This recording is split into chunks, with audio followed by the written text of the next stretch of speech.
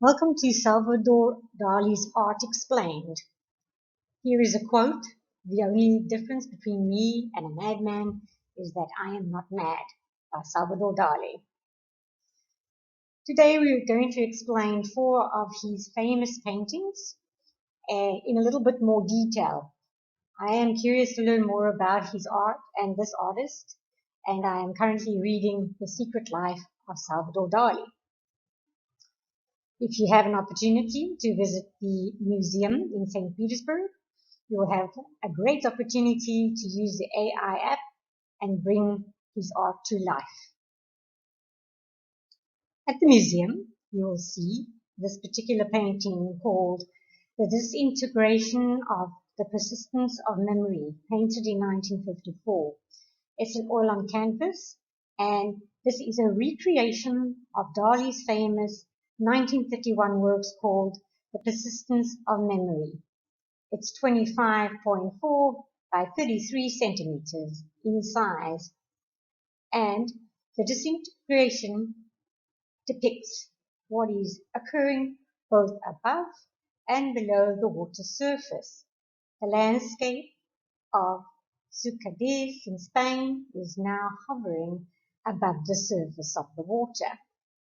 The plane and block from the original is now divided into brick-like shapes that float in relation to each other with nothing binding them. These represent the breakdown of matter into atoms, a revelation in the age of quantum mechanics. Behind the bricks, the horns receding into the distance symbolize atomic missiles, highlighting that despite cosmic order, humanity could bring about its own destruction. The dead olive tree from which the soft watch hangs has also begun to break apart. The hands of the watches float above their dials, with several conical objects floating in parallel formations encircling the watches. A fourth melting watch has been added. The distorted human visage from the original painting is beginning to morph into another of the strange fish floating above it. To Dali, the fish was a symbol of life. In The Secret Life of Dali, the book I have mentioned, he wrote about the original persistence of memory. I was about to turn out the light when instantaneously I saw the solution. I saw two soft watches, one of them hanging lamentably on the branch of the olive tree.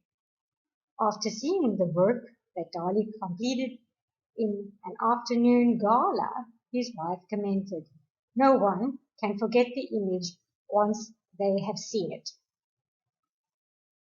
Painting number 2, Geopoliticus Child, watching the birth of the new man.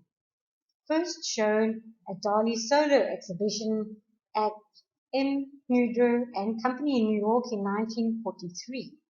This painting records Dali's shifting perception of the war then in progress in Europe. The war's devastation and its psychological impact on Dali can already be felt in some of his more somber canvases before this period in America. In this painting, however, his style shows a new, more philosophical classicism. Dali made notes for this works, and he describes the symbols as following: a parachute, Renaissance, protection, cupola, placenta, Catholicism, and the earthly distortion and biological ellipse. Dali wrote geographic changes and geography changes, its skin in history, germination. These cryptic words offer some hint of the work's meaning.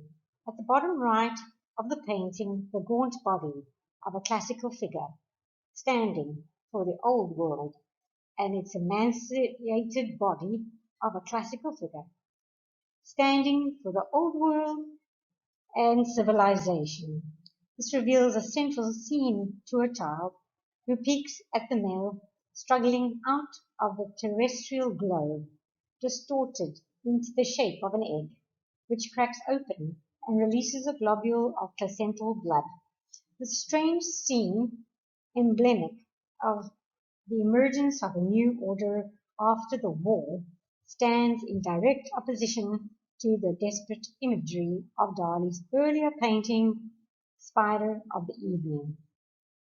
That painting I explained in a previous video if you'd like to see more details of that. It explains the pessimistic sentiments of 1940. The child, unlike the weeping Puto in Spider of the Evening, does not lament.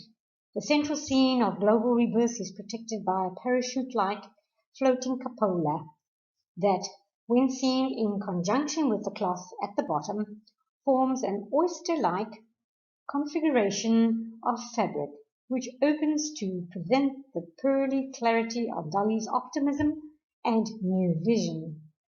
The emerging figure, modeled after the central kicking figure, an example of pre-Raphaelite artist John Everett Millier's painting of Isabella in 1849, bursts out from the North American continent. That which Dali saw as a center of growth, historic germination, that seemed evident to him while in America. The small background figures that flank the global egg to the left reflect the marriage of the Virgin by Raphael, and to the right, from his studies related to John the Baptist, form an elusive framing device. What do you think? Number 3, this painting is the portrait of my dead brother. Dali wrote a brief description of this work when it was first exhibited. The vulture, according to the Egyptians and Freud, represent my mother's portrait. The cherries represent the molecules. The dark cherries create the visage of my dead brother. The sun-lighted cherries create the image of Salvador living, thus repeating the great myth of the Cadays and Pollux. This unusual painting refers to one of the key stories in the artist's life, his relationship with his dead brother. While Salvador was named after his father, Salvador Dali, he also shares this name with his brother, Salvador Gallo and Salmo Dali, who died of meningitis in 1903. Dali felt his parents wanted him to be a replacement for his dead brother, so he cultivated his eccentric behavior to show that he was different. Dali often referred to himself as his dead brother as Castor and Pollux, the Roman twins born of Leda. Dali felt that although his brother was dead, he was still a spectre in his life. The source for the brother's face is currently unknown, although it is believed to be from a newspaper photograph. The style in which Dali painted his brother resembles an enlarged photograph, with the large dots resembling the Ben-Day dots used in photogravure at the time. Notice the person sitting, watching, the sack of a small child, perhaps in a cart or wheelbarrow. The close-up view shows more details that make up the story as it unfolds before your eyes.